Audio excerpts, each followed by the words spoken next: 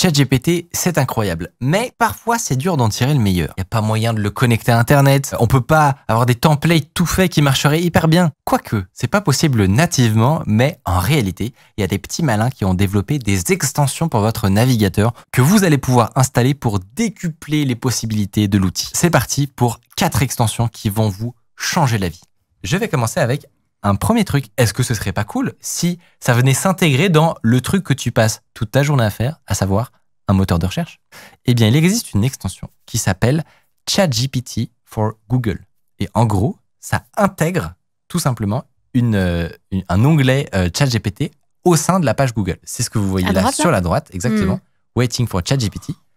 Automatiquement, tes requêtes Google sont envoyées à l'IA qui va te générer une réponse détaillée.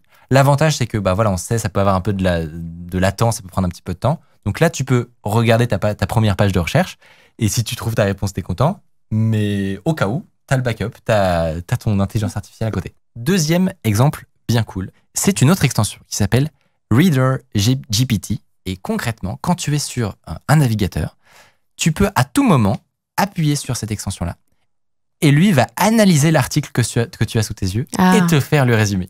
C'est bien. Est-ce que c'est pas incroyable? Je vois Mathieu qui aime. Celle-là, ouais. Celle-là, je l'aime bien.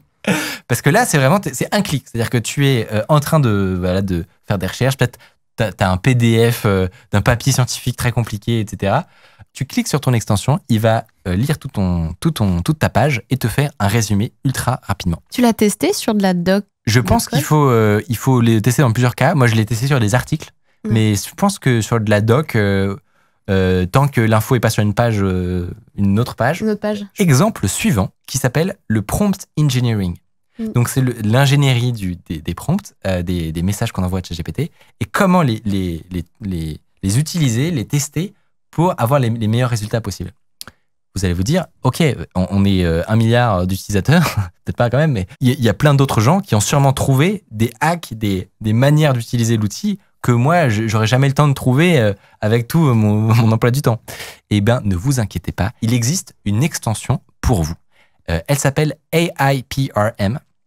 AIPRM, c'est une extension Chrome que vous installez. Et concrètement, ça va changer la page d'accueil de ChatGPT pour vous fournir ceci. En gros, qu'est-ce que c'est? C'est une base de données qui compile toutes les découvertes de tous les autres utilisateurs de ChatGPT. Ah oui. Et ça va vous fournir des prompts tout faits pour faire plein de choses. Donc, tout ça est rangé par catégorie. Donc, DevOps, il y a journalisme, SEO, écriture d'articles. C'est des templates de prompts, en fait. Exactement. Et donc, tu vas pouvoir filtrer ça aussi par vote. Donc, c'est communautaire. Quand les gens se rendent compte qu'il y a un type de prompt qui fonctionne bien, hop, ça remonte dans les rangs et vous allez le voir tout en haut. Et ça, c'est du génie parce que vous pouvez aussi les sauvegarder dans votre bibliothèque perso. Et comme ça, vous constituez une toolbox, une boîte à outils avec des prompts craftés aux petits oignons pour avoir les meilleurs résultats. Et vraiment, faut pas sous-estimer la puissance, justement, comme tu dis, de template de ce genre. Ce sera pas un peu mieux que si vous arrivez et vous décrivez votre problème. Ouais. Ce sera largement mieux. Enfin, c'est vraiment saisissant la différence. J'ai été tombé, mais c'était des sites web. C'était pas une extension sur justement où tu pouvais partager tes prompts GPT.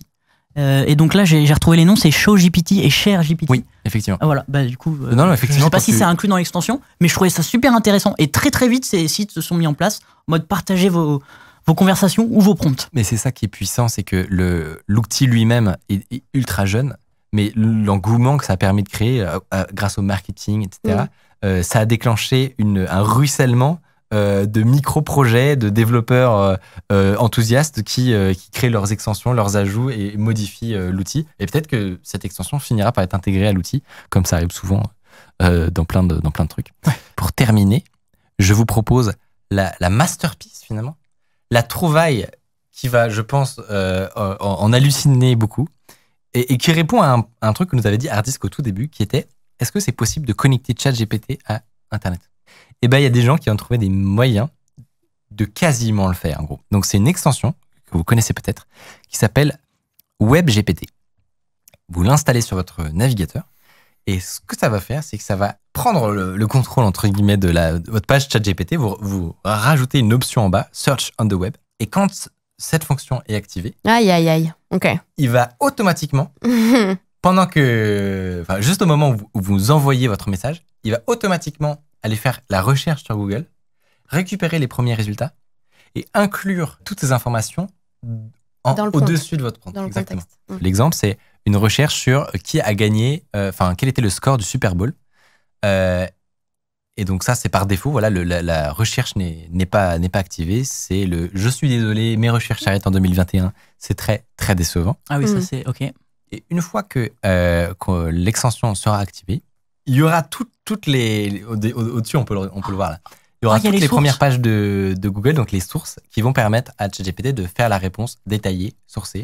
Et du coup, ça prend les 10 premiers résultats Tu peux choisir. Donc tu peux donner 1, 2, 3 ou 5 résultats. Non, pour répondre, en gros, pour Parce répondre... que si tu tapes la même question sur Google, il te la sort pas direct. Non, en gros, ce que je veux dire, c'est que en termes d'informations pures, Google va te donner la réponse. Mais dès que ta recherche est un tout petit peu plus complexe et où tu peux être intéressé d'avoir du contexte sur... Ah oui, évidemment. Ok, j'aimerais la date du Super Bowl, mais aussi les équipes qui ont joué, quels étaient les enjeux, etc. Et tout d'un coup, ChatGPT va t'extraire toutes ces infos et juste toi, ça va te prendre 3 secondes au lieu de 35. C'est surtout la capacité, par exemple, si tu connais rien au Super Bowl, il peut t'expliquer d'où viennent les équipes, c'est clair. Est-ce qu'il y en a une qui était favorite et tout machin. Chose que tu as en 3 recherches Google au lieu d'une. Là, il te le fait en un prompt GPT. Donc, du coup, j'ai compris l'intérêt. Ce que je trouverais ça bien, c'est même qu'il récupère le contenu des pages, en gros. Pas simplement... il peut pas faire ça, là? Je suis pas certain.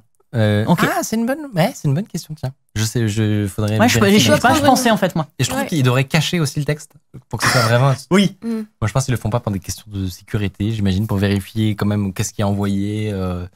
Et voilà, et vérifier s'il n'y a pas de souci. Si vous êtes encore ici, c'est probablement que vous êtes un utilisateur avancé. Et donc, il faut absolument que vous alliez voir cette vidéo où on vous avait présenté le mode espion de Google, aussi appelé Google Docs, que tellement peu de gens connaissent, je comprends pas pourquoi. Je vous avais montré toutes mes strats dans cette vidéo.